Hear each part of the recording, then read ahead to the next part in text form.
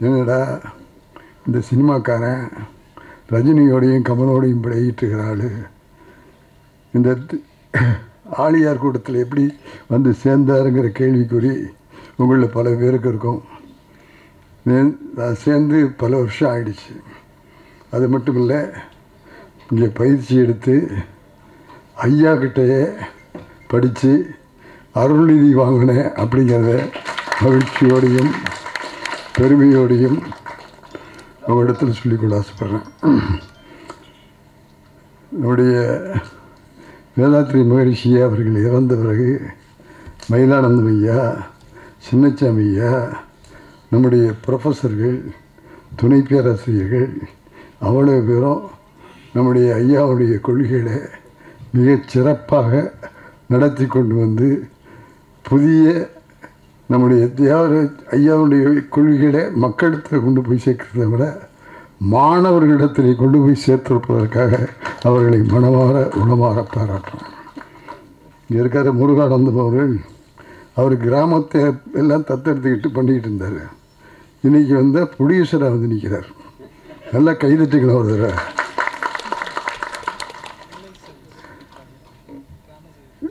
நான் அங்கே ஆழியாரில் ஐயாவோடு இருக்கிற போது ஒரு நாள் பேசிக்கிட்டு இருக்கும்போது வேதாத்திரி மகரிஷி ஐயா சொன்னாங்க, நான் அணுவிஷம்னு ஒரு நாடகம் எழுதியிருக்கேன் 30 வருஷத்துக்கு முன்னால். அதை நாடகமாக்கி போட்டிங்கன்னா நல்லாயிருக்கும், முயற்சி பண்ணி பாருங்கன்னு சொன்னாங்க. உடனே சென்னைக்கு வந்து பூர்ண விஸ்வநாதன் குரூப்பில் அந்த நாடகத்தை சொல்லி அதை நாடகமாக்கி ஐயாவுடைய பிறந்தநாள் அன்னைக்கு ஐயாவுடைய முன்னாலேயே ஆழியாரில் அணுவிஷம் நாடகத்தை நடத்தி கொடுத்தோம் அப்படிங்கிறத மகிழ்ச்சியோடு உங்கள்கிட்ட சொல்லிக்கொள்ளார். அதை போய் நான் ஆழியாரில் என்னுடைய பிறந்தநாள் அன்னைக்கு பெரும்பகுதி ஆழியாரில் இருப்பேன். அப்படி இல்லை அப்படின்னா திருவத்தியூரில் இருப்பேன். நான் ஒரு நாள் திருவத்தியூரில் போய் தங்கியிருக்கிற போது திடீர்னு சூப்பர் ஸ்டார் ரஜினிகாந்த் இங்கே வந்துட்டார். எப்படியா வந்த, எப்படி தெரியும்னு கேட்டேன். பெரிய விஷயம், முத்துராமன் சார் இங்கே இருக்காருன்னு என்னால் கண்டுபிடிக்க முடியாதா? நீங்கள் இங்கே இருக்கேன்னு தெரிஞ்சுக்கிட்டு வந்துட்டேன். ஆனால் ஒரு விஷயத்தை சொல்கிறேன், இங்கே ஒரு அலை வீசுது. அந்த குணம், மனசை ஒருநிலைப்படுத்துகிற தன்மை. நான் இங்கே உங்களை பார்க்க வந்தேன், ஆனால் அவரை பார்த்தபோது என் மனதில் அந்த குழப்பமெல்லாம் இல்லாமல் ஒரு நிலையான மனம் தோன்றுச்சு அப்படின்னு சொன்னார். நீ வா ஆழியாருக்கு வான்னு சொல்லிகிட்டு இருக்கிறேன். அவருடைய மனைவி லதாமா வந்துட்டாங்க. அவரை சொல்லிகிட்டே இருக்கேன், நிச்சயம் வரேன் சார், நிச்சயம் வரேன் சார்னு சொல்லிகிட்டு இருக்காரு. நிச்சயமாக ஒரு நாளைக்கு கூப்பிட்டு வருவேன் அப்படிங்கிறத உங்கள் முன்னால் சொல்லிக்கொள்ள ஆசைப்படுறேன். இவ்வளவு சொல்லி நீ எப்படி அங்கே போய் சேர்ந்த? எல்லோரும் சொல்லிட்டாங்க, ஆழியாருக்கு எல்லோரும் போகணும். இன்றைக்கு இருக்கிற நிகழ்நிலை சென்னையில் ஆழியாரை கூப்பிட்டு வந்துட்டாங்க. எங்கள் கலை உலகத்து பிரமுகர்கள் அத்தனை பேர், ஒருத்தனையும் பேர் சொல்ல முடியாது, அத்தனை பேரும் இங்கே இருக்காங்க. இந்த ஆளுங்கள்லாம் இதில் சேருவாங்களாங்கிறது எனக்கு தெரியாது. இவ்வளவு பேரும் சேர்ந்துருக்காங்கன்னா நாம் வெற்றி அடைந்து விட்டோம் என்று போகணும். பேசுகிறவங்கெல்லாம் சாதாரண பேசலை, உள்ளத்திலிருந்து பேசுனாங்க. பாக்கியராஜ் சார் நடிப்பாருன்னா காமெடியாக நடிப்பார் அப்படின்னாங்க. இந்த படத்தில் பார்த்தா ஐயாவுடைய தத்துவமாகவே அவருடைய பிரதிநிதியாக அவர் பேசியிருக்காருன்னு நடிச்சிருக்கார். ஆகவே அந்தளவுக்கு அவர்கள் இந்த சிவாங்கிற பையன் எனக்கு ரொம்ப நாளாக தெரியும். நடிக்கணும்னு முயற்சி பண்ணுறதோட அரசியல்லையும் கொஞ்சம் ஈடுபாடு உண்டு. நான் யார் எந்த கட்சியில் இருந்தாலும் சொல்லலை, அவருக்கு உண்டு, மனசுக்குள்ளே இருந்து உண்டு. அப்படிப்பட்ட சிவா இருக்கார், நம்மளுடைய விட்டல் சார் இருக்கார், அவ்வளோ பேரும் நடிச்சிருக்காங்க. நான் ஐயாவை பற்றி சினிமா எடுக்கணும்னு ஆசைப்பட்டேன். இந்த பாரதி சுப்பிரமணிய பாரதி ஜெயிச்சிட்டார். என்னை பொறுத்தவரை நான் யார் மேலேயும் பொறாமப்பட மாட்டேன், இவர் மேலே பொறாமப்படுறேன். நான் 75 படங்களை பண்ணிட்டேன். அதில் அண்ணன் சிவாஜியோட 3 படம், உலகநாயகன் கமல்ஹாசனோட 10 படம், சூப்பர் ஸ்டார் ரஜினிகாந்தோட 25 படம். இப்படிப்பட்ட எனக்கு ஐயாவை பற்றி ஒரு படம் எடுத்து உலகம் பூரா கொண்டு போகணும்னு ஒரு ஆசை மனசுக்குள் இருந்தது. நம்முடைய நாகராஜ் சார்ட்டெல்லாம் சொல்லுவேன், சார் எப்போவாது வாய்ப்பு இருந்தால் பண்ணிடணும் சார்னு. அந்த வாய்ப்பு எனக்கு கிடைக்கல. ஆனால் சுப்பிரமணிய பாரதி கிடைத்திருக்கிறது. அதை சரியாக நிறைவேற்றியிருக்கிறார். அவரோட சிந்திருக்கிற சத்தியம், மற்ற டெக்னீஷியன்ஸ், அவ்வளவு பேருக்கு என்னுடைய மனமார்ந்த பாராட்டுக்களையும் வாழ்த்துக்களையும் தெரிவித்துக் கொள்கிறேன். ஒரே ஒரு விஷயத்தை மட்டும் சொல்லி நிறைவு செய்கிறேன். நான் இன்னைக்கு ஆனந்த வாழ்க்கைக்கு எடுத்துக்காட்டான மனிதனாக ஆனந்த வாழ்க்கையை வாழ்ந்து கொண்டிருக்கிறேன். அதற்கு காரணம் இந்த ஆனந்த வாழ்க்கை. படத்தில் சொன்னாங்களே பாக்யராஜ் என்னென்ன பண்ணணும், என்னென்ன செய்யணும் அப்படின்னு. ஒன்றுமே இல்லை, 3 விஷயந்தான். ஒன்று உடற்பயிற்சி, உணவு பயிற்சி, மனவளக்கலை பயிற்சி, தியானம். இந்த 4ஐயும் செய்யுங்க. ஐயா சொன்ன அத்தனையும் உங்களுடைய வாழ்க்கையில் கிடைக்கும் என்பதற்கு நாங்கள்லாம் சாட்சி. நான் ஒரு மனக்குழப்பமான நிலைமை, ஒரு இடம், ஒரு நேரம். நான் இவ்வளோ படம் பண்ணியிருக்கேன். இந்த சிங்கம்புலி கரடிகளெல்லாம் வச்சு மேய்ச்சிருக்கேன். எனக்கு எவ்வளோ டென்ஷன் இருந்திருக்குன்னு உங்களுக்கு தெரியும்.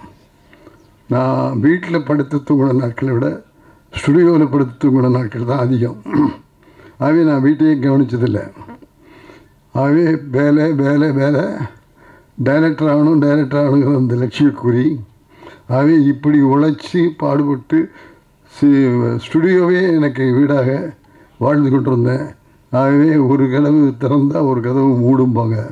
ஆகவே சினிமா என்கிற என்னுடைய லட்சிய கனவு நிறைவேறிச்சு. ஆனால் குடும்பம் என்கின்ற என் குடும்ப வாழ்க்கை நிறைவேறல. நான் மனைவியை பார்த்ததில்லை, குழந்தைகளை பார்த்ததில்லை. ஆனால் என்னுடைய மனைவி கமலா என்னுடைய குழந்தைகளை பார்த்து குடும்பத்தில் சினிமாவுக்குன்னு எழுதி கொடுத்துட்டோம். ஆகவே நாமே குடும்பத்தில் ஏற்பன்னு என்னுடைய பாரத்தையும் சேர்த்து தூக்கி என் குடும்பத்தை நிலைநாட்ட பெருமை என் மனைவிக்கு சேரும். ஆகவே மனைவிக்கு நான் நன்றி சொல்கிறேன். எந்த அமைப்புலேயும் மனைவிக்கு விழா எடுக்கிற அமைப்பு எங்கேயாவது பார்த்துருக்கீங்களா? ஐயாவுடைய அமைப்பில் தான் மனைவிக்கு ஒரு நாள் ஒதுக்கி மனைவி வாழ்த்துவாங்க. அப்படி வாழ்த்துகிற அந்த விழாக்கெல்லாம் நான் கலந்துக்கிட்டு இருக்கிறேன்.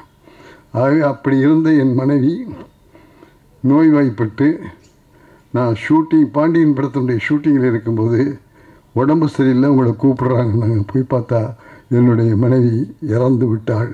மாரடைப்பால் நான் போய் பார்த்தபோது அவள் உடம்புல உயிரில்லை, பிணமாக கிடந்தா. போனேன், கத்தினேன், கதறேன், துடித்தேன். இல்லை, முடிவு போச்சு. ஆகவே நான் தவறு செய்து விட்டேன் என்று உணர்ந்தேன். என் மனைவி இறந்து போகவில்லை. என்னுடைய வேலையும் அவளுக்கு கொடுத்து இப்போ தலையில் பாரத்தை தூக்கி வச்சு அவளை நோயாளியாக்கி கொன்னுட்டேன்னு ஒரு குற்ற உணவு எனக்கு வந்தது மனதில். ஆகி இறந்து 3வது நாள் ஷூட்டிங்க்கு போய் ரஜினி சார் வேண்டான்னு சொன்னார். ரஜினி சார் வேண்டான்னு சிங்கப்பூர்லேருந்து ஃபோன் பண்ணார். இல்லை முத்துராமன், இந்த மணலில் நீங்கள் ஷூட்டிங்க்கு வர வேண்டான்னு சொன்னாங்க. இல்லை, நான் வரேன் சார். நான் எல்லா படத்தையும் சொன்ன தேதிக்கு ரிலீஸ் பண்ணியிருக்கேன். இது யூனிட்டுக்காக எடுக்கிற படம். இதையும் நான் சொன்னபடி சொன்ன தேதியில் ரிலீஸ் பண்ணுவேன்னு சொல்லி அந்த படத்தை முடித்து ரிலீஸ் பண்ணிட்டேன். பாண்டியன் படம் வந்த படம். அந்த படத்தில் வந்த லாபத்தை சூப்பர் ஸ்டார் நடித்து கொடுக்க, சரவணன் சார், குவன் சார்லாம் அதுக்கு வியாபார ரீதியாக உதவி பண்ணேன். அந்த படத்தில் வந்த லாபத்தை நான் உட்பட அத்தனை பேரும் சமமாக பிரிச்சுக்கிட்டோம் அப்படிங்கிற மகிழ்ச்சியோடு உங்கள்கிட்ட சொல்லிக்கொள்ள ஆசைப்படுறேன். இந்த எண்ணம் வர வேண்டும் அப்படிங்கிறதுக்காக சொல்கிறேன். என்னுடைய பெருமைக்காக சொல்லலை. ஒரு டெக்னீஷியன் இருந்தால் அவங்களுக்கு ஷூட்டிங் நடக்கிறவர்களும் மாதம் ஒரு சம்பளம் கிடைக்கும். அது நின்று போச்சுன்னா அப்புறம் அவ்வளோதான். யூனிட்டில் என்னை சேர்ந்து ஒரு 25 பேர் எல்லாம் ஒத்துமையாக எஸ்பிஎம் யூனிட்டுன்னு வேலை செஞ்சோம். அப்படி வேலை செஞ்சவங்களுக்கு எனக்கு படம் இல்லாமல் போயிடுச்சுன்னா அவங்களுக்கு சம்பளம் வராது. இதை ஒரு நாள் ரஜினிகிட்ட சொன்னேன். ரஜினி, கவர்மெண்ட் இது மாதிரி நமக்கெல்லாம் ஒன்று இது கிடைக்காது. அவங்க 25 பேர் நம்மளோடய இருக்காங்க, அவங்களுக்கு ஏதாவது செய்யணும். நிச்சயமாக செய்வோம் சார்னு செய்கிறேன்னு ஒத்துக்கிட்டு அதை செஞ்சு கொடுத்தாங்க. அதையெல்லாம் சமமாக பிரிச்சுக்கிட்டோங்கிறது அவங்கள்ட்ட சொல்லிக்கிறேன். ஆகவே என்னுடைய கடமையில் ஒரு பெரிய பங்கு அப்போ முடிஞ்சு போச்சு. ஆகவே அந்த படம் ரிலீஸ் ஆன பிறகு என்ன செய்யறதுன்னு புரியல. காரைக்குடிக்கு போயிடுறேன்னு சரணன் சார் கூப்பிட்டு சொன்னார்.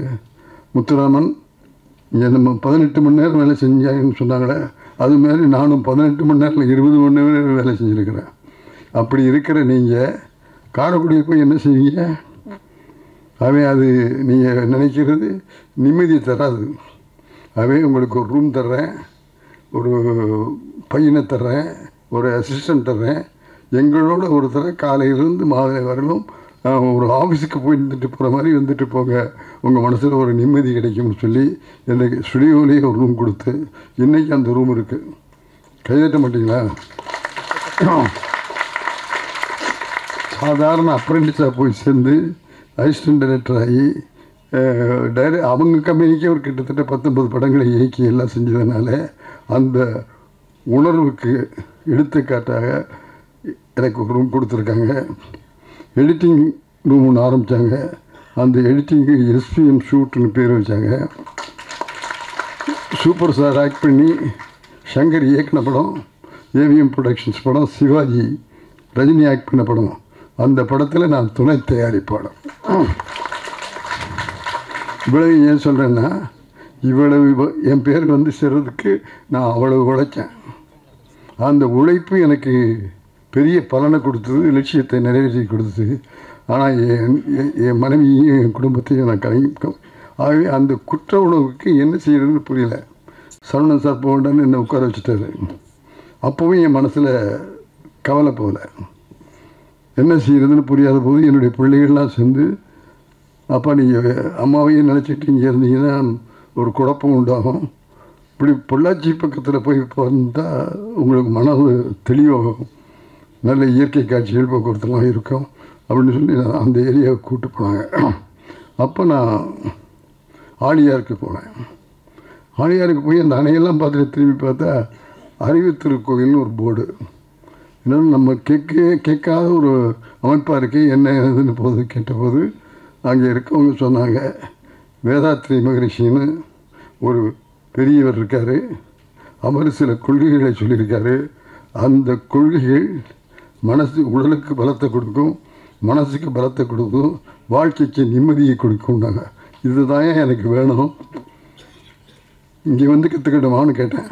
இல்லை, சென்னையிலேயே கிளைகள் இருக்குதுன்னு சொல்லிட்டு கேகே நகரில் ஆறுமுகியா அப்படிங்கிற பேராசிரியர்கிட்ட போய் பயிற்சி மனவளக்கலை பயிற்சி எடுத்துக்கிட்டு அதன் பிறகு ஆழியாருக்கு போய் ஆழியாரில் எனக்கு எல்லா ப்ரொஃபஸரும் எனக்கு பெருமையோடு எல்லாருமே குரு. இந்த ஐயா தங்கவேலியா இங்கேருந்து சொல்லிகிட்டு இருக்காங்க, ஐயா பெருமாள் ஐயா, இப்படி எல்லாருமே அங்கே சேர்ந்து என்னை மகரிஷியுடைய சிஷியனாகவே ஆக்கிட்டாங்க. ஆகவே மகரிஷியுடைய பழக்கம் வந்தது. அதை விட எனக்கு கிடைச்ச பெரிய பாக்கியம், மகரிஷி ஐயாவிடத்திலேயே மனவளக்கலை பயிற்சியை பெற்றேன், பாடம் படித்தேன், அவர் எனக்கு குரு என்பதை உங்களிடத்தில் சொல்லி, இவ்வளவு பரபரப்பாக படபடப்பாக ஓடிக்கிட்டு இருந்தேன்னா அந்த கவலைகளெல்லாம் மறந்து நிம்மதியோட மகிழ்ச்சியோட சந்தோஷமாக இருக்கேன்னு சொன்னால் வேதாத்ரி மகிழ்ச்சிகள் சொல்லிக் கொடுத்த உடற்பயிற்சி, மனவளக்கலைச்சி, தியானம், உணவு பயிற்சி, இதுதான் காரணம். ஆகவே நான் இந்த ஆனந்த வாழ்க்கைக்கு இன்றைக்கு துணையாக இருக்கேன், சந்தோஷமாக இருக்கேன்னா அதுக்கு காரணம் வேதாத்ரி மகரிஷி என்பதை மகிழ்ச்சியோடும் பெருமையோடும் சொல்லிக் கொள்கிறேன். அதை சொல்லிக் கொள்வதற்கு காரணம், இங்கே பத்திரிகையாளர்கள் ஊடகங்களைச் சேர்ந்தவர்களெல்லாம் இங்கே வந்திருக்கிறார்கள். அவர்களுக்கெல்லாம் சொல்லி கேட்டுக்கொள்கிறேன், எப்போ பார்த்தாலும் பாலியல் பயிற்சி, குடிப்பழக்கம், ஊழல் அப்படிங்கிறத ஃபோக்கஸ் பண்ணி மக்களிடத்தில் கொண்டு போய் சேர்க்குறீங்க. ஒரு மூத்த இயக்கணும்னா 60 ஆண்டு திரைத்துறையில் இறந்துவன்கிற முறையில் நாட்டுக்கு நல்லது நடக்கணும், வருங்கால சமூகம் நல்லா இருக்கணும். இப்போ எனக்கு ரொம்ப வருத்தமான ஒரு விஷயம், இந்த போதைப்பொருள் இருக்கே, அந்த போதைப்பொருள் பெரியவர்களிடத்தில் மட்டும் போய் சேரலை, பள்ளி கல்லூரி மாணவ மாணவிகளிடத்தில் போய் சேர்ந்து கொண்டு இருக்கிறது என்றால் வருங்கால உலகம் போதை பழக்கம் உள்ள உலகமாக ஆகிவிடும். அந்த பயம் இருக்குது எங்களுக்கெல்லாம். ஒவ்வொரு பெற்றோரும் வயிற்றில் நெருப்பை கட்டிட்டு வாழ்ந்துக்கிட்டு இருக்கிறாங்க. பிள்ளைங்களை கல்லூரிக்கு பள்ளிக்கு அனுப்பிச்சிட்டு இந்த பிள்ளை எப்படி திரும்பி வருமோன்னு பயந்துக்கிட்டு இருக்கிறாங்க. ஆகவே அதெல்லாம் நல்லபடியாக நடக்கணும், ஒழுக்கத்தோடு இருக்கணும், நம்முடைய பழைய பண்பாடும் கலாச்சாரமும் வரணும் அப்படின்னா வேதாத்திரியத்தை பின்பற்ற வேண்டும் என்பதை வலியுறுத்தி இந்த பத்திரிகையாளர்களும் ஊடகங்களைச் சேர்ந்தவர்களும் மக்களுக்கு விழிப்புணர்வு வேண்டும் என்று சொல்வதற்காக நான் இங்கே வந்திருக்கிறேன். ஆகவே அதை நான் சும்மா வந்து சொல்ல, அந்த கொள்கையை பிடித்து வாழ்ந்து அதில் நிறைய பெற்று சந்தோஷப்பட்டு இங்கே மகிழ்ச்சியோடு உங்களிடத்தில் வந்து சொல்கிறேன். ஐயா, ஒரு நல்ல விஷயம் இருக்குது, அதை கற்றுக் கொடுத்து மக்களை நல்ல வழியில் வருவதை விழிப்புணர்வு உண்டாக்குங்கள் ஒன்று ஒரு பெரிய மனிதனாக உங்களிடத்தில் இருகரம் கூப்பி கேட்டுக்கொள்கிறேன். இங்கே வந்திருக்கிற இந்த கலைத்துறை இருக்காங்களே, பாக்யராஜ் உட்பட, மீரா உட்பட, தம்பி சிவா உட்பட, இவங்க அவ்வளோ பேரை இங்கே வந்து இந்த படத்துக்கு உதவி செஞ்சுருக்காங்க அப்படின்னு சொன்னால் இந்த ஒரு படத்தோடு நீங்கள் நிறுத்தி விடக்கூடாது. மக்கள் திருந்துகிற வரையில் வேதாத்திரியத்தை நீங்கள் உலகம் முழுவதும் பரப்ப வேண்டும் என்று நான் உங்களை பணிவோடு கேட்டுக்கொள்கிறேன். ஒரு முறை கைதட்டி இவங்கெல்லாம் மனசில் பதிகிற மாதிரி வச்சுக்கிட்டு உதயகுமார் வந்திருக்காரு, எனக்கு போட்டி டைரக்டர். அவர் ஏவிஎம்மில் தொடர்ந்து படம் பண்ணிக்கிட்டு இருக்கும்போது நடுவில் புகுந்து எஜமான் படம் பண்ணவர் உதயகுமார். அது உங்கூர்காரர்கள். அது மாதிரி அந்த உணர்வுகள் இருக்கிறவர்கள் வந்து சேர வேண்டும் என்பதல்ல, சேவை செய்ய வேண்டும். இந்த கொள்கைகளை கொண்டு போய் சேர்க்க வேண்டும். அந்த பொறுப்பு நமக்கு இருக்கு. அந்த பொறுப்பை நம்ம செஞ்சோம்னாலே வருங்கால உலகம் சிறந்த உலகமாக ஆகும்.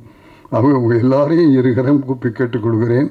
அதற்கு பத்திரிகைகளும் ஊடகங்களும் எங்கள் திரையுலகத்தைச் சேர்ந்தவர்களும் துணையாக இருக்க வேண்டும் என்ற வேண்டுகோளை இந்த கூட்டத்தில் முருகானந்தவனுக்கு பல நேரத்தில் கிராமத்துக்கு வரமாட்டீங்களா, நான் கிராமத்துக்கு வரல, நகரத்திலேயே உங்கள் கொள்கையை பரப்பி கொண்டிருக்கிறேன் என்பதை மகிழ்ச்சியோடு சொல்லிக்கொள்ள ஆசைப்படுகிறேன். ஆகவே வாழ்க்கை என்பது வேறு யார்கிட்டையும் இல்லை. ஐயா சொன்ன மாதிரி நம்மகிட்ட இருக்குது. நம்ம ஒழுங்காக இருந்தால் வாழ்க்கை நல்லா இருக்கும். நம்ம சந்தோஷமாக இருந்தால் வாழ்க்கை சந்தோஷமாக இருக்கும். நாம் கட்டுப்பாடோடு இருந்தால் வாழ்க்கை நல்லா இருக்கும். வரவுக்கேற்று செலவு செஞ்சால் வாழ்க்கை நல்லாயிருக்கும். பொறாமப்படாமல் இருந்தால் வாழ்க்கை நல்லாயிருக்கும். கோபப்படாமல் இருந்தால் வாழ்க்கை நல்லாயிருக்கும். இதுதானே இதுதான் மனவளக்கலை கொள்கை. இவைகளை படித்து கொண்டு வேதாத்திரி வெளியிலே நாமெல்லாம் வாழ்ந்து மகிழ்ந்து ஆனந்த வாழ்க்கை வாழ்வோம் என்பதை சொல்லி, எண்ணியது எண்ணியாக எய்துவர் எண்ணியர் திணியராக என்று குரலை சொல்லி, எங்கள் திரையுலக உலகத்தில் இருக்கிறவர்கள் இந்த அமைப்பை பின்பற்றி செயல்பட்டால் உங்களுக்கு பல குழப்பங்கிறது எனக்கு தெரியும். இப்போ சினிமா வந்து நஷ்டத்தில் போயிட்டுருக்கு. ஆகவே அந்த நஷ்டமெல்லாம் உங்களை தாண்டி போகணும் அப்படின்னு சொன்னால் மனதை கட்டுப்படுத்துங்கள், தொழிலை ஒழுங்காக செய்யுங்கள். நானே விஷயந்தான், தொழிலை ஒழுங்காக கற்றுக்க, தொழில் முழு ஈடுபாடோடு செய்ய, வேலை செய்கிற போது நேரம் பார்க்காத, கடிகாரத்தை பார்க்காத. நாங்களும் கடிகாரம் பார்த்ததில்லை, சாப்பாடு பார்த்ததில்லை, தூக்கம் பார்த்ததில்லை. வேலை வேலை வேலை. அந்த உழைப்புக்கு முதலிடம் கொடு, நம்பிக்கையோடு இருக்கும். முடியுமான்னு கேட்டால் முடியாது. இந்த பாக்யராஜ் சார் இருக்காரு, ஒரு பாரதிராஜ சார்ட்ட வரும்போது வெறும் எழுதி கொடுக்குற காப்பி ரைட்டர். அந்த காப்பி ரைட்டர் தான் இன்றைக்கி சென்னை தமிழகத்தில் ஸ்க்ரீன் பிளேயில் அவர் தான் நம்பர் 1. எப்படி முடிஞ்சுது சார்? ஏவிஎம்மில் ஒரு படம் பண்ணார், முருங்கங்கா, முந்தானி முடிச்சு. எங்கள் ஸ்டுடியோவில் இந்த சப்ஜெக்டை கேட்காம பூஜை போட மாட்டாங்க. சரவணன் சார் கதையை சொல்லுங்க, நான் சொல்கிற நேரம் போது சொல்கிறேன்னு சொல்லிட்டு கதை சொல்லாமல் தபாய்ச்சிட்டு இருந்தார். கதை சொன்னால் தான் நான் பூஜை போடுவேன்னு சொன்னதுக்கு பிறகு கதை சொல்கிறேன் சார், ஆனால் ஸ்டுடியோவில் வச்சு உங்கள் ரூமில் வச்சு சொல்ல மாட்டேன், ரூமில் ஹோட்டலில் ரூம் போடுங்க, அங்கே வந்துடுங்க, நான் அங்கே கதை சொல்கிறேன்னு சொல்லிவிட்டு நம்முடைய பாக்யராஜ் அவர்கள் எங்கள் ப்ரொடியூசர்ஸ் எல்லாம் கூட்டிகிட்டு ஹோட்டலுக்கு போய் கதை சொன்னார். எல்லோரும் ஸ்கிரிப்டை வச்சுக்கிட்டு படிச்சுக்கிட்டு பார்த்து சொல்லுவாங்க. இந்த மனுஷங்கையில் ஒரு ஸ்கிரிப்டும் கிடையாது, ஒரு பேப்பரும் கிடையாது, ஒன்றுமே இல்லை சார். 3 மணி கதையை பிக்சரைசேஷன் பண்ணுற மாதிரி படத்தொகுப்போடும் சொன்ன கதையாசிரியர், திரைக்கதை ஆசிரியர் பாக்யராஜ். சரவணன் சார் அவங்கெல்லாம் எத்தனையோ கதை கேட்டிருப்பாங்க, எல்லாம் பண்ணியிருப்பாங்க. இவருடைய கதையை கேட்ட பிறகு இப்படி ஒரு ஆள் திரைக்கதையோடு சொன்னது நீங்கள் ஒருத்தர் தான் அப்படின்னு பாராட்டின பெருமை அந்த ஏவிஎம் ஸ்டுடியோவுக்கு உண்டு. அதில் எனக்கும் பங்குண்டு. அவர் தான் பாக்யராஜ் என்பதை உங்களிடத்தில் சொல்லிக்கொள்கிறேன். சிரிச்சுக்கிட்டு இருக்க போகிறேன். ஆகவே அவரையும் நான் இந்த நேரத்தில் வளர்த்தேன். அவர் வந்து வேதாத்திரியில் உள்ள வந்து இருக்கிறதுலாம் எங்களுக்கு கிடைத்திருக்கிற மிகப்பெரிய வெற்றி.